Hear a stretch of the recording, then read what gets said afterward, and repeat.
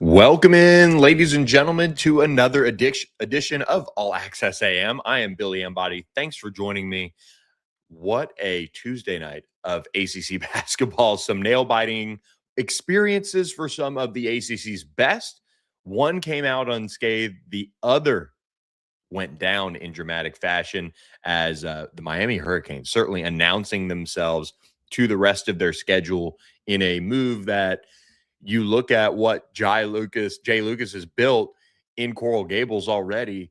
Everybody was looking at that stretch coming up for them and saying, hey, this is where we're going to find out that Miami had a soft schedule to start the ACC and things aren't going to go their way. Wrong. They beat UNC. We'll react to it on the show this morning. We'll talk SMU beating Notre Dame. We'll talk FSU just almost pulling off an upset over UVA. We'll look at Duke's bounce back against Pitt. And don't forget about Monday night. Louisville flexing its muscle on NC State and Will Wade's Wolfpack in a big matchup on nationally televised ESPN. We've got a ton to get to. We'll also have Matt LaSerre of Warchant to really bridge the gap here of two programs in Miami that are certainly riding a high and FSU that are certainly riding the lowest of the lows right now. But there is some good news for FSU out there. So we'll talk about that with Matt at 8:30 a.m. Eastern time. We appreciate you guys being here with us on All Access AM. Of course, we're live. This is our last week of the Monday, Wednesday, Thursday schedule where we are live 7 to 8 a.m. Central. We are going to go to next week, starting Monday, 8 to 9 a.m. Central time is when we'll go live Monday, Wednesday, Thursday.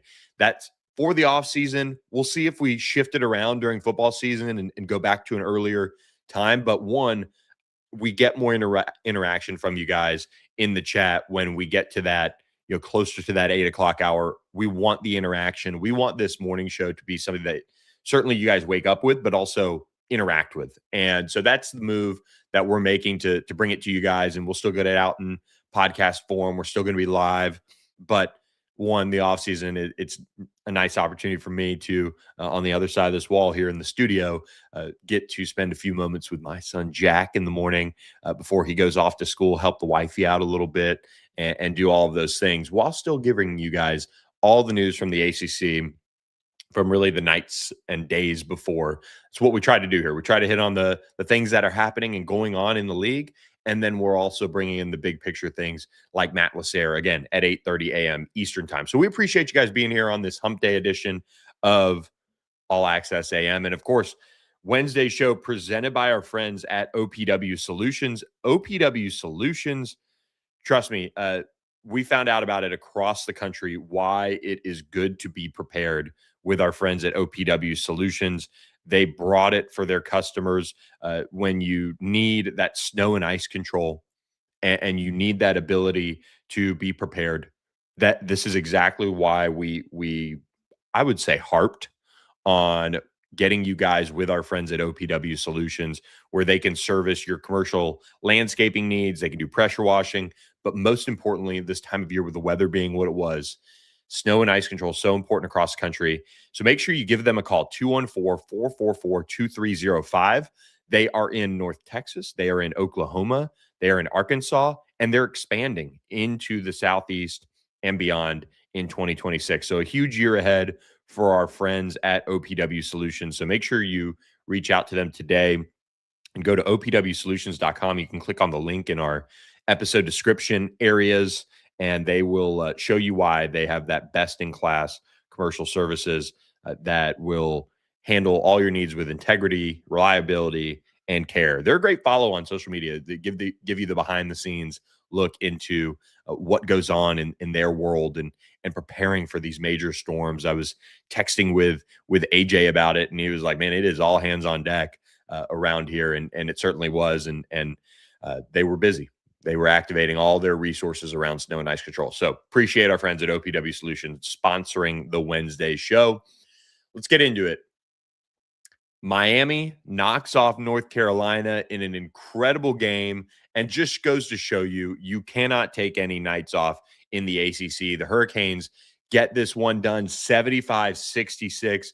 Caleb Wilson, of course, finishes with 12 points, but there are more pressing issues around this Miami Hurricanes, around this North Carolina Tar Heels basketball team now. Even with that win over Duke, it's just so funny how certain things rear their ugly heads again. But Malik Renault, 16 points, 10 rebounds, a double-double for him. An incredible scene there on the road for or at home, I should say, for Miami. I was going to say on the road for the Tar Heels, that they got to see that other side of that court storming. I of course saw some Miami accounts having fun with the idea of court storming and things like that. But which I do want to talk about Duke in a moment. But you do have a Miami team that now sits at 19-5 overall. They're 8-3 in the ACC. That this puts them in position to, again, kind of make that run towards the top of the league if they can get it done. And that is the really fun part about this ACC slate here down the stretch is we've got intrigue now because Duke lost, because Clemson's been doing what they're doing. Virginia was able to escape. Now that there's 2 one-loss teams, a 2-loss team, and then a duo of 3-loss teams, it's really intriguing at the top of the league. There could be some movement here late in the season as we get into the back half of February and then into March, of course. So Miami gets that win over North Carolina. And what a moment for Jay Lucas and that team to get that signature win over a team that had just moved up just outside the top 10 in North Carolina, coming off that Duke win. And this has been a huge success for Jay Lucas in his first season in Coral Gables, and a coach that has waited his turn for this moment. And I've watched his career, and he's been, a top assistant, well-regarded recruiter, has built his resume up at some of the top programs around college basketball. And man, he picked the right spot here to go in at a school that is committed to winning, committed to doing things and building them up the right way in today's environment, I would say. And they have been able to deliver so far this year. And you get a signature win. You do it with a really impressive defensive performance, holding UNC to a league low points output for the Tar Heels at 66. Only 3 Tar Heels in double figures on the night. And it really was a battle. It was kind of a rock fight there at the end, and that second half in particular, as both teams were, held scoreless for moments at a time, and you were wondering, okay, when's North Carolina going to heat up? When are they going to show that they're just asleep off of the hangover of beating Duke? Nope, wrong. Miami kept suffocating them defensively. They did an incredible job. Caleb Wilson had 3 shots in the first 20 minutes. That was a good tone setter for that game and for how to shut down this North Carolina team, which, don't forget, had just struggled kind of earlier in conference play with point guard play and how are they going to get into their offense and things like that. But what a performance by Miami to get it done. It takes a special group to do things like this in a first season for a head coach. And Jay Lucas has that, a former Duke assistant, so he got some revenge in a sense for the Blue Devils who fell to the Tar Heels over the weekend. But what a game, and you've just got to give a ton of credit to Jay Lucas for having his team ready to rock and roll, and they got it done on Tuesday night in what was a terrific Tuesday night for the ACC. Just as far as intrigue goes across games, it could have gone certain ways that wouldn't have been good for the league. But you see some of these teams that are now showing they're punching above their weight. I think even though NC State lost on Monday, they kind of showed they're punching above their weight. Miami has certainly now cemented it a little bit. NC State's going to continue to play a rough stretch. We'll get to them in a moment, but it just shows, I think, this depth of the league. And you look at all of the star power in this freshman class and how the league is, really fixed its brand identity this year compared to last year. And it's just astounding the work that they've done to do it. And Miami is now a big part of that. So huge win for Miami and what they're looking to accomplish this year. And so kudos to them for getting it done. But this now returns North Carolina to that land of uncertainty. And is Hubert Davis the right guy to keep this team at a high level? Is this going to work long term? Is that a flash in the pan type of win over Duke? Their 5-game winning streak over now with that win, with that loss to Miami. There are holes in this UNC program, and their start to ACC play and their kind of season that they've had so far, certainly giving them the benefit of the doubt. But I know Tar Heel fans are not going to accept some of the things that we've also seen in league play. And there's a reason why they're hanging out, with 4 losses now in league play. And it's a heavy lift for them to end up with a top 4 seed. I think they've got some opportunities, but really, it's going to be difficult to climb that ladder. So I wonder what that looks like, long term for Hubert Davis. They've invested a lot of money in this team. Yeah, I'm not saying it is bad. I'm not saying it is in shambles.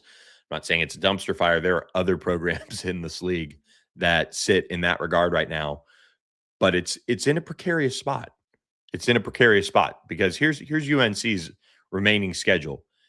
They should get back on track against Pitt when they host them on Valentine's Day this weekend. Then they get a road trip to NC State, just across town, so to speak. They go up to Syracuse. They then play Louisville. They play Virginia Tech at home.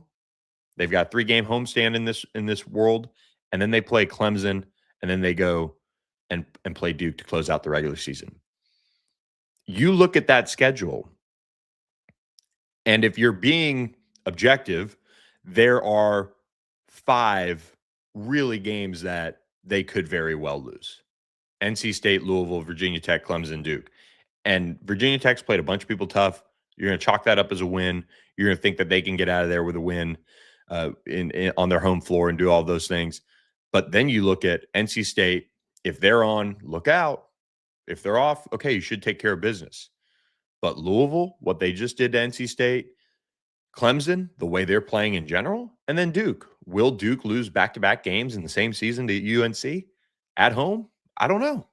So even if you go 2-3 over that 5-game stretch of, I would say, teams that are anywhere from competitive to formidable, that's sitting.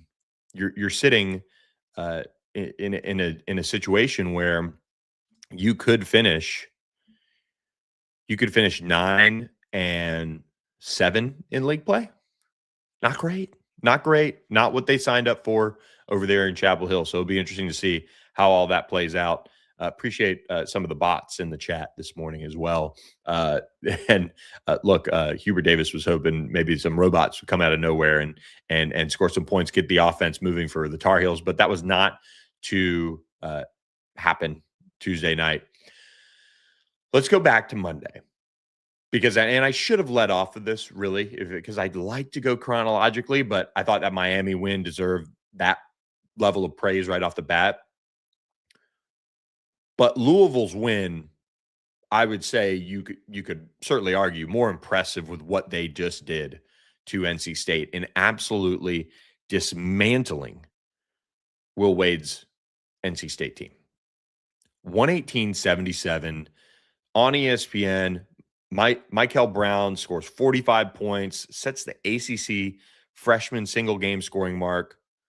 And what an incredible performance offensively and defensively as well. But to put up 118 points, and Will Wade doesn't mince words about his team defensively. I think, there are certainly areas that they have to improve. And this is exactly what he's talking about. When you give up 118 points to another ACC team, and I have not had time to truthfully watch Will Wade's press conference after this game. Tuesday was kind of busy. Monday, I kind of shut it down early after Super Bowl and just kind of the week we had here. But you have I should have watched it. I apologize to the All Access AM crew for not watching Will Wade's press conference, because I would have. I think it would have been interesting to see his reaction. Ryan Conwell scores 31 points, and those are the only two Louisville players that were in double figures. So they almost single-handedly, and they've got teammates out there, 76 points between the two. Incredible. They went 24 of 37 shooting on the night between the two of them. They're two star players. Really impressive job. Darion Williams held to 8 points. Lubin had 20 for NC State. Hallman had 19, and that was it. It was a night to forget for NC State defensively. They shot 41% from the field, not awful, but Louisville shooting a 60% clip on the night. Incredible stuff. And another big win for Louisville, sitting in the top 25. They're 18-6 now overall, 8-4 in league play, and they are sitting in position to, certainly be in the NCAA tournament, but they're also sitting in North Carolina's world, where they have 4 losses in league play. And that's a difficult thing to kind of overcome here down the stretch and find a way to climb up the ranks. They do have a matchup with Baylor on Valentine's Day, a 3 p.m. Central Time matchup on ESPN. That'll be a fun one to pay attention to in a game that Louisville should win and would be a nice feather in the cap for the ACC over the Big 12. A road trip to SMU then on Tuesday, Georgia Tech, then they get North Carolina, they get Clemson, and then they close out with Syracuse and obviously a dangerous Miami road trip. So their schedule manageable here. Don't know if they have any opportunities to really make a run at the top. Again, when you have 4 losses, I think right now with anywhere from 6-7 games remaining on most schedules, you're in a tough spot to make that run to the top. But they are within striking distance, just like North Carolina, of a top 4 seed. They just need a lot to happen. There's no room for error. One more loss and it knocks you out of that top 4 seed, and that possibility, especially depending on who you lose it to, because again, there's no wiggle room for a team like Louisville trying to chase that top 4 seed. I mean, really, they'll have to beat North Carolina. They'll have to beat Clemson, but they don't get any head-to-heads outside of Miami on deck to make that move up into the top 4 seed. And Miami's currently 2.5 games back from the top, and they're sitting in the 5th seed. So that'll all be worked out. But man, Louisville, what a job. I did not get a chance to watch this game, but some games you don't have to watch. The stat line can kind of tell the story. And what a night for Michael Brown and Ryan Conwell as they lead Louisville past NC State. Just incredible stuff. And NC State now sits at 18-7 overall, 9-3 in league play. So that was an interesting loss for them, of course. Here's the thing about a Will Wade team, and I've covered him. I've spent a lot of time around his programs through the years and watching. You can see games like this. And it wouldn't shock me if, I don't want to say Will would have seen this one coming, and especially that type of a loss, but this is a team that lost to Georgia Tech earlier this year and then ripped off a 6-game winning streak. They didn't beat anyone outside of Clemson to lead off that streak. But if you would have looked for another opportunity to take a step back, that game right after that Clemson game would have been an opportunity. But they played anywhere from, the lower tier to kind of the middle of the ACC after that Clemson game. And then they meet Louisville, and what a buzzsaw it was. Now they get Miami, they get North Carolina, they get Virginia. And after taking a loss like that, they've got to circle the wagons. And Miami has to look out for the same thing that cost North Carolina on Tuesday, because NC State, Miami, Valentine's Day, 3 p.m. on ESPN2. What a basketball day Valentine's Day could be for you if your significant other or if you're single allows that to be the case. You look at that schedule, and again, kind of similar to talking about North Carolina, NC State, Miami, North Carolina, Virginia, Notre Dame, Duke, and Stanford. You feel good about Notre Dame and Stanford right off the bat. Those 4 other matchups, again, could be a really interesting situation to watch here, as NC State could really raise their resume level or just kind of become another team in the ACC that is going to make the NCAA tournament in all likelihood. But some really interesting uh, challenges ahead for NC State coming up on their schedule. Let's go over to Duke, Pittsburgh. Duke bounced back, took down Pitt. This is a pretty easy game, straightforward. Pitt's in trouble. They're 9-16 overall. They're 2-10 in league play. Duke now 22-2, 11-1 in the league, tied with Clemson at the top here with one loss each. Isaiah Evans had 21 points. Cam Boozer had another 17-10 on the night. So another nice, efficient night for him. 6 of 9 from the floor. And the Blue Devils get it done. Just really kind of smooth, cruising past a game that, a little bit of a hangover. Wasn't completely a dominating dismantling of Pitt on the road. Kind of a tough place to go and play. It's cold up there now. You get off the plane, all those things. But they really just steadily beat and wore down on Pitt. So they get the win, move on. And SMU, and we'll get to UVA, Florida State in a few minutes, but SMU taking down Notre Dame 89-81. This is a game that SMU kind of was asleep early for and kind of woke up in the late part of the first half, built the lead, and were up 6 at the half, but ended up being able to kind of fend off Notre Dame in every way possible. Both teams didn't play really good defense for the most part. SMU just played enough at certain times because their offense was humming. Deron Pierre Jr. Hit the 2,000-point mark, had 22 points on the night. Boopy Miller had his 31st consecutive game in double figures. He had 20 on the night. He started off just red hot, had 18 points in the first half, and then kind of cooled off in the second. Samet Yigitolu, their 7-footer, had 11 points, 10 rebounds for a double-double on the night. Corey Washington added 14. SMU, 4 players in double figures on the night. But Notre Dame, you got to give credit to them. They shot the ball incredibly well from beyond the arc. In the first half, they were something like, let's see right here. They were 50% from beyond the arc, 6 of 12.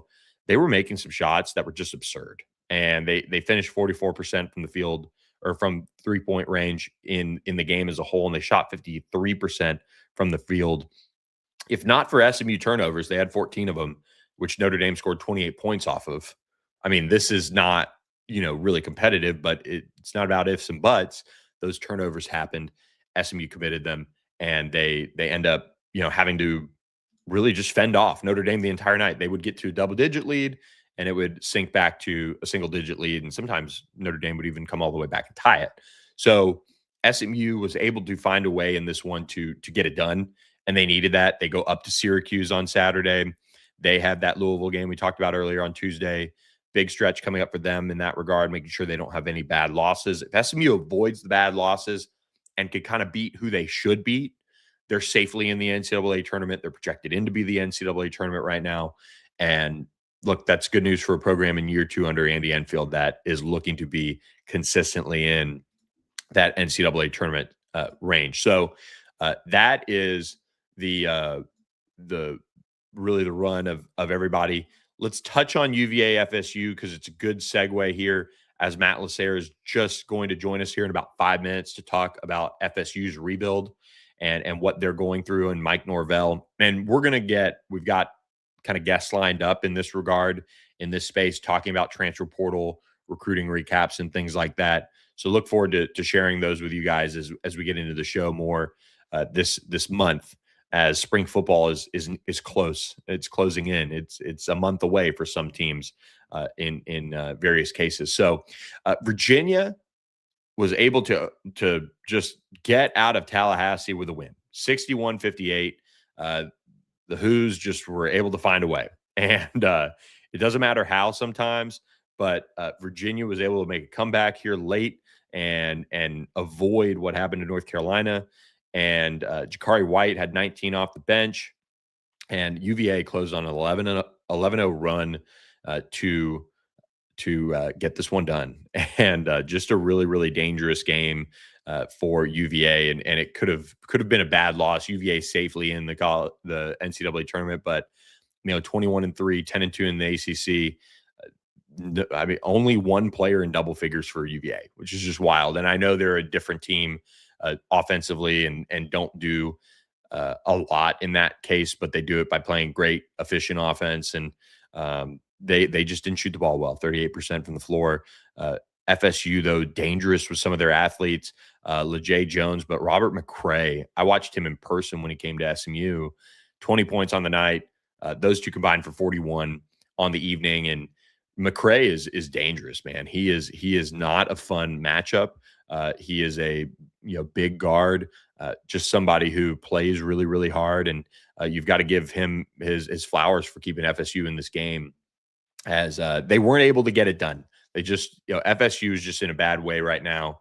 And, they're in year one of a rebuild. And so we'll see what the future holds for them. But they are still playing hard down there in Tallahassee. And they gave Virginia everything they wanted. Looking ahead to Wednesday's action, we always like to do this for you guys. Wednesday night, we've got Virginia Tech at Clemson. That could be a fun one, 6 p.m. Central Time on ACC Network. Cal at Syracuse, long trip for the Golden Bears, 6 p.m. on ESPNU. Wake Forest at Georgia Tech. That is kind of two coaches fighting for their lives there. We'll talk about that in just a moment. 8 p.m. on ACC Network for that one, 9 p.m. Eastern Time tip. Stanford at BC, 8 p.m. Central Time, 9 p.m. Eastern on ESPNU. That's about a good place to put a BC game these days. So that is your Wednesday slate for the ACC. And we will get to some hot seat talk as well. And we'll preview the basketball weekend for the ACC here on Thursday, and we'll do some of those things. But a couple coaches that I think you're keeping an eye on. If you're looking at the college basketball hot seat, you've got to keep an eye on Syracuse, Adrian Autry, former Syracuse alum, but just hasn't gone well up there. They're 14-9 last season. They're 4-7 in ACC play, 13-11 overall. And I watched his coach's teleconference on Monday, and just a kind of a sad situation right now up there at Syracuse. And it sounds like a little bit of drama associated with some of it as well. But the 14-win season last year was the program's lowest total since 1970. And they are very, very likely to miss the NCAA tournament.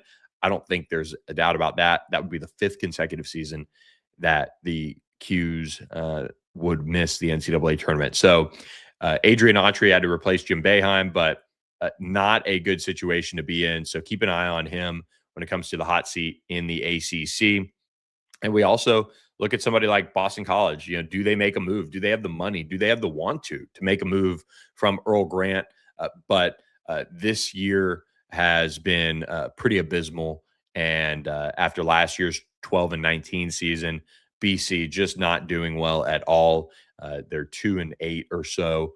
And look, Boston College, again, we've talked about this a lot. They've got to decide whether or not they want to pay to play at a high level. And I heard some Notre Dame fans chattering about this as well on the concourse in SMU's arena last night, as they weren't able to get it done. And there's a lot of frustration around Micah Shrewsbury as well in that world. So a quick peek into the hot seat world and where that stands for the ACC on some of those coaches that could very well be, I think, moved on from when all is said and done this upcoming offseason. And again, we'll keep you guys up to date on All Access AM with all of that. But also, before we get to our friend Matt LaSerre joining us, we do want to remind you guys about our friends at the La La Land Foundation. Great foundation that we are proud to be partnered with here on All Access AM. So many ways to get involved with the organization, and it's all built around kindness. So make your donation. You can do that. That is always a great way that they're trying to get resources for whether it be their internships or helping out individuals transitioning to adulthood out of the foster care system. You can do in-kind donations. But the big thing they're trying to do is corporate sponsorships as well. They're trying to bring La La Land to the masses. And to do that, they need corporate partners. So if you would like to assist with the La La Land Foundation, which is an extension of the La La Land Kind Cafes, make sure you go to lalalandfoundation.com. The information's in the podcast description page, and find out how you can support them today and volunteer with them as well. That's a fun opportunity to mentor people and get involved with your time. And we appreciate their support of All Access AM. But we also appreciate our friend Matt LaSerre for joining us on All Access AM on this Wednesday morning. So, Matt, thanks for joining us this morning. How are you doing? Yeah, man. Good. I remember a bunch of girls from high school going to that La La Land or coffee shop all the time, driving down from Frisco. Like they would post it. It was at least like 2 a week. I remember seeing that place. I've never actually been, but I used to see it all the time. It's good coffee. It's good coffee, and it's a nice experience in there. It's all about kindness. Look, we will talk about the off season and also how maybe things have not been kind to Mike Norvell for FSU. Yeah. But let's lead off with the big news. Everyone here on this podcast tuned in for this moment. Charlie Woods committing to FSU golf. The son of Tiger Woods is headed to Tallahassee to play his collegiate golf. Yeah, this was a secret for a pretty long time in Tallahassee. It felt like it became common knowledge around some big money boosters over the last few months or so, probably. But it's huge for the program, the university, to have a name like that coming. Everyone's on Twitter making a big deal about like what FSU could have paid him to come. I don't get the sense they paid him a lot, or if they paid him at all as of now, because he's not. His scores against Tiger Woods' kid. The kid has potential. He has shot good scores, but he's not consistent yet. So that's where you're waiting to see. And the kid's 16, 17. So you still got a lot of time to do that. And he has all the potential there. And he has the genes there for sure. It's huge just for brand name of Tiger Woods' kid is coming to Florida State. He joins up with Miles Russell, who's the #1 junior golfer in the world in the same class. So probably one of the best golf recruiting classes of all time when you take a step back and look at what they're getting in that 2027 class. Man, it's going to be insane what that's going to be able to bring to FSU golf, and what it already has, just how it blew up. I mean, I don't think I've ever seen a golf recruiting commitment graphic from Rivals or On3 until yesterday. So it was some news we were waiting to drop for a while, and it's good to see it actually truly come to fruition and be official.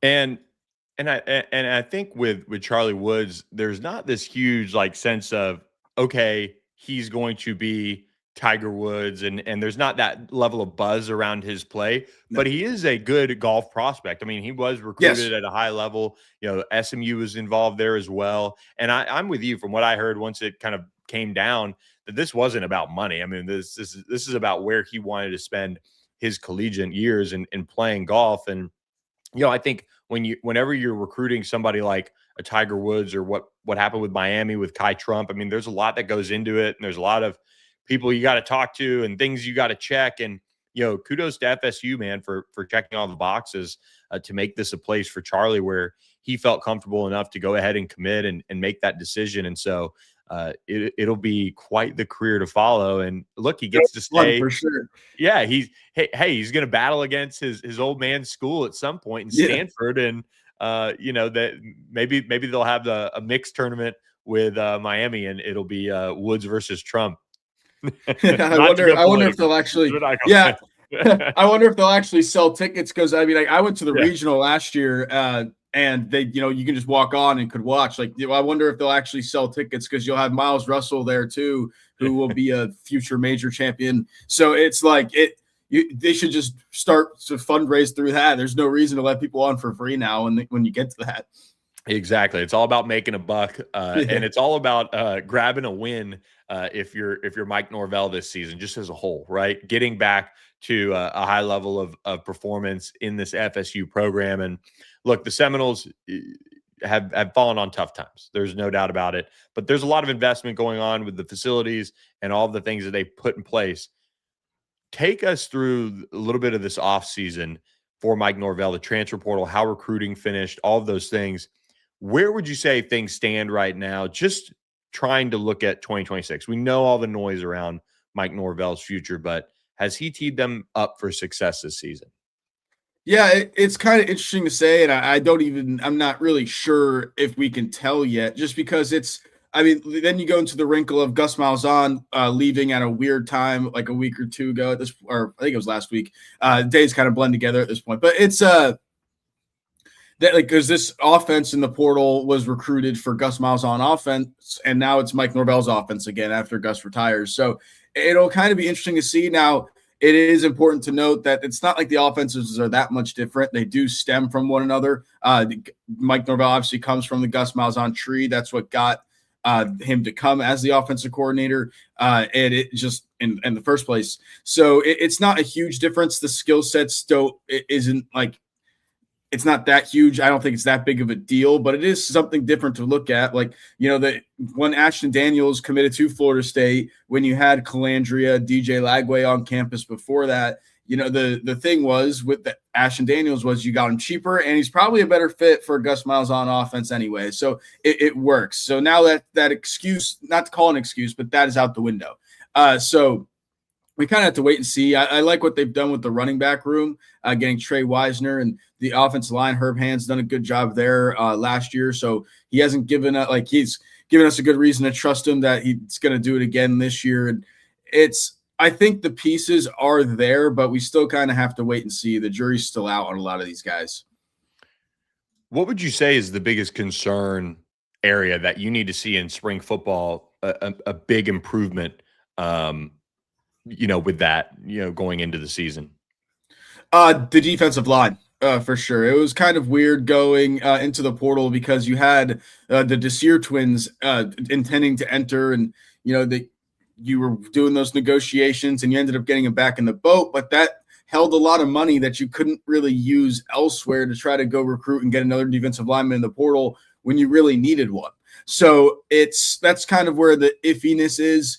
I would like to see them use the in Tony White's 3-3-5 defense. They have this hybrid D-end linebacker edge type that they call a jack, and they didn't use it as much last year. And I think this year they're going to truly use that position more and like have a true edge rusher, which I think could make a world of a difference when it comes to this defense. In general, all the more worries are on the defensive side of the ball because we kind of just have to wait and see. Now, Tony White's done more with less his whole career, so it wouldn't be surprised if they could string it together. I think the secondary is pretty decent. They got some good pieces at linebacker, some that are unproven, but a few good pieces that you think could do well. But yeah, I think the main worry is a defensive line, especially when you're losing a guy like Darrell Jackson, and you've lost a lot there. You know what? The LaSerre twins are really good. Mandrell LaSerre was definitely a freshman All-American, but you wonder how it's going to be without a guy like Darrell Jackson taking up a bunch of bodies in the middle and opening up those holes. So we'll see kind of how that translates next year and then into spring to next year.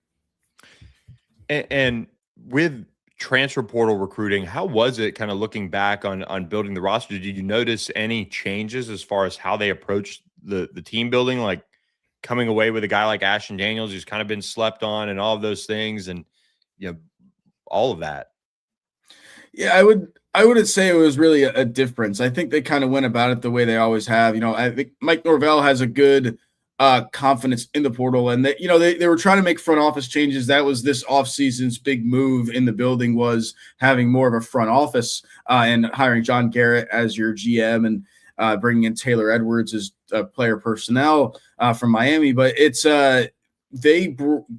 those guys were kind of brought in too late to have a true impact on this portal class, on this recruiting class, because at the point where they had been brought in, the staff was already creating their board for the portal and hitting up agents and feeling things out. That was already happening before John Garrett and Taylor Edwards even stepped foot on campus. Now, when they stepped foot on campus, were those the two that ran negotiations for the most part in the portal? Yes, 100%. But you wonder what hand in evals and stuff they had with that little bit of time. I think there was a few because I think John Garrett really likes his Ivy League guys. We saw a couple of those guys come on campus towards the end. So I think they did get some kind of say in it.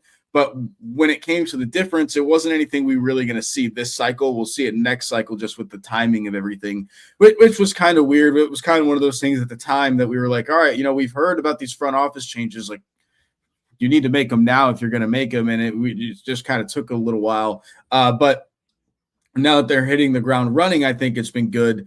I really like what Taylor Edwards and John Garrett have done so far. Just, again, as I said, there's still a lot to be seen. So it's just kind of hard to give a grade or judge it right now. And, when you look at the fit of Ashton Daniels, now that Mike Norvell is the play caller, did you see how much does it change your projection? Because I like it that, one, Ashton Daniels doesn't come in with much fanfare and all of those things, but he is a really, really good player when he's on. It's been getting him in a good situation. He's been at Stanford. He's been at Auburn. It's just not been a good situation for him, whether in any offense, but he's got the talent.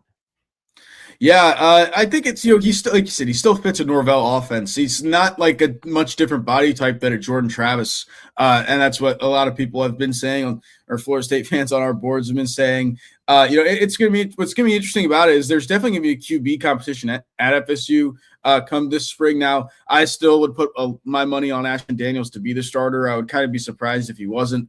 But you have Kevin Sperry there, who a lot of people are excited about as well, who could – at the price point where they got Ashton Daniels, Sperry's definitely going to be able to compete. Again, as I said, I think it's still likely that Ashton Daniels wins the job, but it'll still be a competition. But yeah, I think it's got a chance to be a good situation for Ashton Daniels. And I've said it a lot, the quarterback up for this offense this next year doesn't have to be flashy. He doesn't have to be, he doesn't have to do everything, because you have two good running backs in Trey Wisner and Usman Chroma behind you. And you have a receiver in Deuce Robinson who you could throw it up in a 5-mile radius and he will come down with it. Right. So you don't have to do that much. So as you said, this is probably the best situation he's ever stepped into, just with the pieces around him and, having a foot in as the starter, because it's just like, and even with more receivers, you got Mekhi Danzy, who did a lot of good things last year, and Javon Boggs, who he had a lot of injuries, but was one who everyone was excited about coming out of spring fall camp. So he's got good pieces around him to where he doesn't need to be flashy. He doesn't need to be the best quarterback in the world. He just needs to do his job and be serviceable. And, I don't want to say the game manager that we say for like the NFL quarterbacks that aren't that great, but have played pieces around him, but that's all he needs to be. He doesn't need to do anything special when it comes to 2026. And you talked about the defensive line. Where did that kind of go wrong? And because that's always been such a unit of like pride and strength for FSU, in my opinion, and now kind of rebuilding that back up and trying to figure out what that looks like for this season. Yeah, I don't know if I know where it went wrong either. It just kind of didn't work last year outside of Mandrell and Daryl Jackson, and Daryl Desir as well. It's we kind of had to see. I think Terrence Knighton, the FSU defensive line coach, is a good coach. I think a lot of it with this Tony White defense, and what I've been saying is I don't think he had the right guys for his defense last year, and I think that became pretty clear because the 3-3-5 is pretty specific to what kind of types they want or need to be able to fit their scheme, and they just kind of had what they inherited last year. They didn't get much in the portal. They had a few guys that they got, like James Williams followed the Nebraska staff over there. That did not work out. And then you had a few other guys, Stephon Thompson, Elijah Herring, that just didn't really fit. I think it was more of like, we need to come in here and we can get what we can get right now. And then we have some good pieces already here and we can just see what we do with it. Like I said, I don't think they were operating where they wanted to be when it came to personnel, because like that jack roll I was explaining, they didn't get to use it last year. And if they can use it this year with the guys they got Rylan Kennedy from Texas A&M. You probably know him, Billy. I think it was Lake Dallas High School that he went to, if I remember right. And it's you got Jalen Anderson in from the JUCO level who could play that role as well as Tay Diggs, Coastal Carolina transfer last year. So, I think now what you'll see is they have the right guys for their positions that they want to use in their scheme, which could play a big difference. And they also have the, new edges coach, Nick Williams, who's known as a good recruiter coming in. And, they didn't have an edges coach last year. So I wonder if that makes a difference when it comes to using that jack roll or being able to set the edge better. That was a big issue for this team last year with their ends. So I think that could be something we see a big improvement come 2026. Yeah. I'm still getting used to it too. No, let's end with this. Mike Norvell, Just how has he been throughout this? What have you noticed from him as far as how he's taken this whole situation, knowing all of the things that he might have to do to keep his job, and putting together a portal class, and now saying, you know what, I'm going to be the play caller, and we're going to just elevate Tim Harris and do those things, and just kind of put it on him in a sense this season. Yeah, I think so. We haven't gotten him yet since Gus Malzahn retired, and I think that'll be telling. If you look at his press conference when they announced GM Garrett, his body language wasn't great. Now, to put in context, that's also the day they had both Ashton Daniels and DJ Lagway on campus. So I think anybody wouldn't want to be there when you have that important stuff that you're trying to get done on campus. So I don't blame him for having bad body language at that press conference. I think again, nobody would want to be there, but I think that'll be telling. I think, honestly, I bet you he's excited to call plays again. That was the biggest thing with Malzahn retiring, not out of nowhere, but when it happened was, at least now this is in Mike's hands, right? So if you're going to go down, if the ship's going to go down, at least you're going to be the one in control, and you're going down swinging. And, that's the way he came up. I think the power dynamic with Gus, as close as him and Mike are, him being his mentor, I think it was just strange in the building from some stuff that we've heard. I just don't think it worked at the end of the day. It is better for Mike to be on his own and be calling plays and not be the CEO role. And also the thing was last year you took away play calling. This year you took away evaluations and getting in GM and negotiations. So it was at the point to where you were like, well, what does Mike do? Right? At this point, he's a motivational speaker for the team if he's not calling plays or he's not evaling or doing anything. So at least that takes that part away, right? He does have a job. He is doing something and is going to be back involved in the game planning. So I think it's going to be good for him. I think when next time we see him, he'll be more upbeat and in a good mood.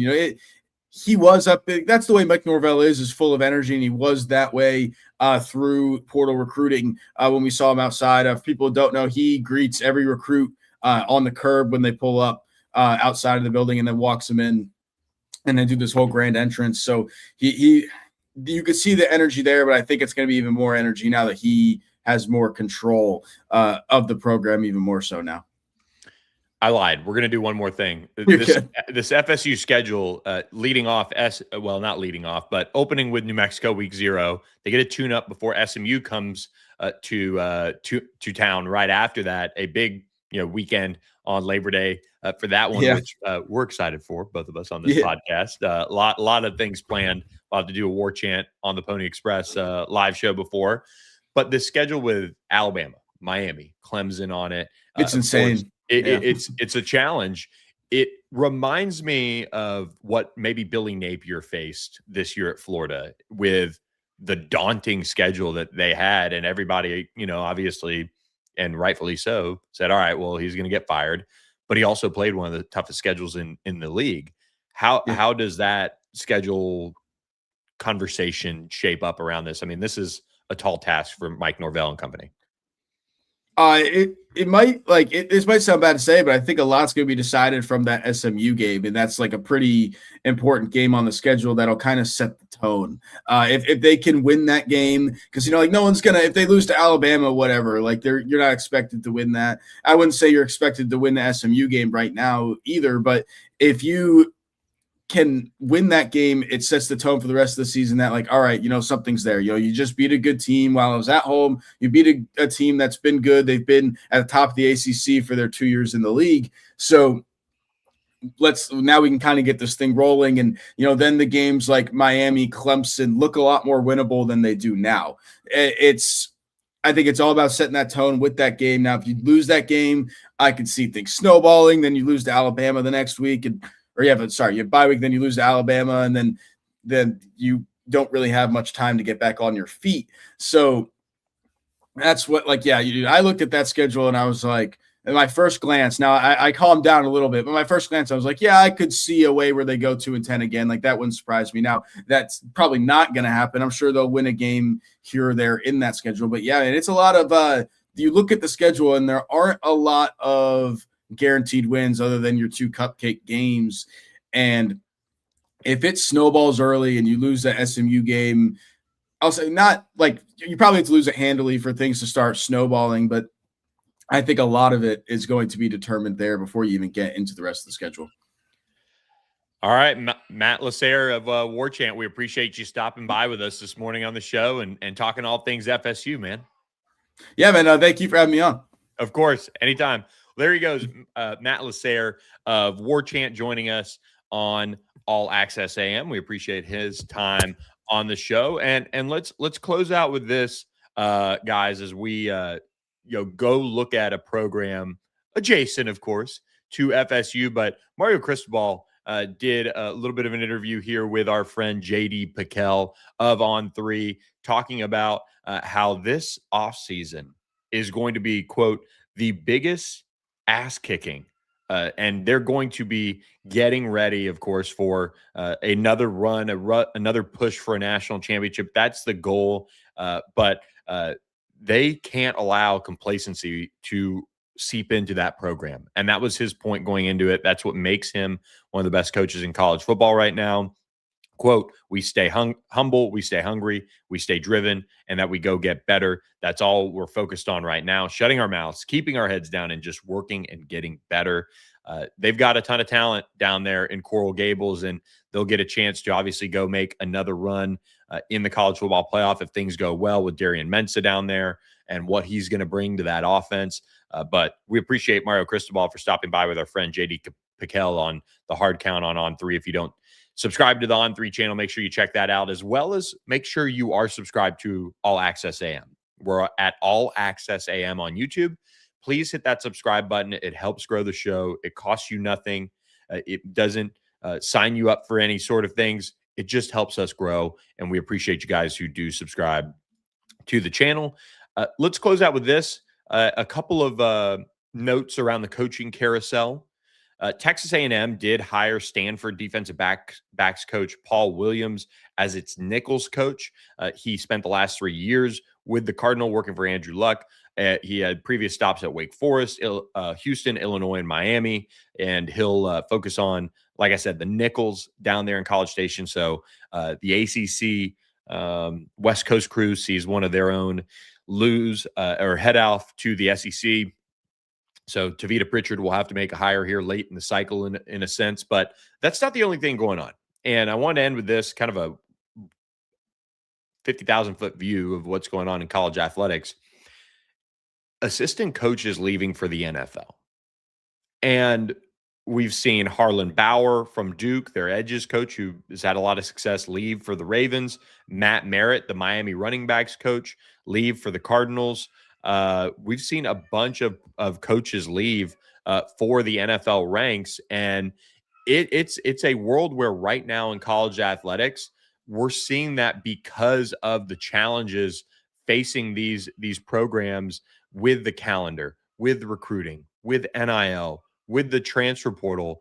And so it makes a lot of sense for those guys to have to work a quarter of the time and not have to deal with talent acquisition. And it's a sad state. And that's why I hope the NCAA gets the calendar right and gets some of these things back under control, because there's a lot of good coaches that are heading off to the NFL and doing all of that. So, look, we appreciate you guys watching this edition of All Access AM. That's our show for today, and we hope you guys will be here with us on Thursday as we will break down college basketball, do some bracketology maybe, and look at some other teams across the ACC. So I'm Billy Embody. Thanks for watching. We appreciate our sponsors, OPW Solutions and the La La Land Foundation, for sponsoring the Wednesday show. We will catch you guys next time on Thursday, live 7 to 8 a.m. Central, 8 to 9 a.m. Eastern. Thanks for watching. We'll catch you then.